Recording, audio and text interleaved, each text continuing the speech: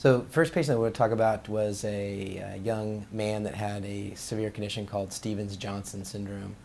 It's a condition where essentially a drug is taken and you have a severe reaction, hyperallergic reaction, and the drug essentially causes a destruction of the soft mucosal tissues of the body. And unfortunately for us as ophthalmologists, that essentially leads to scar tissue and vision loss in the eyes.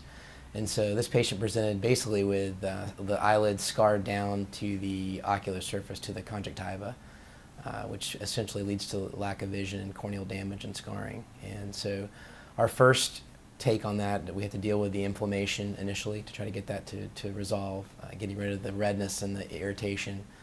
And then once we get that immediate inflammation resolved, then we need to treat the scarring and the inflammation that's been left over. And the way we've done that is typically by using amniotic membrane, and we've used it in different ways.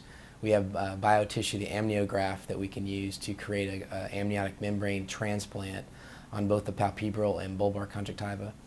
And then that sits in the eye, and then we're allowed to put the Procare, which is a sutureless amniotic membrane device, over the top. And so we basically sandwich the tissue together, and that creates essentially like a barrier to prevent the scarring from developing. And the amniotic membrane is very good because it helps with the delayed healing that these Stevens-Johnson syndrome patients get. It also helps with the conjunctival scarring, and it helps with just sort of nourishing the ocular surface again. So it's been very helpful especially for that man and other people that have Stevens-Johnson syndrome. Essentially, we want to see the anatomical eyelid and conjunctiva return back to normal and to release what we call the symblepharon.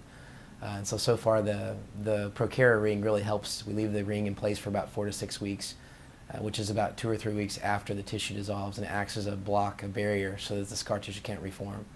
A lot of topical steroids. We even do some oral steroids on some of these Stevens-Johnson's patients, but in this case, just really severe high-dose Pred-Forte and anti-inflammatories to use as an adjunct. And essentially, this is resolved.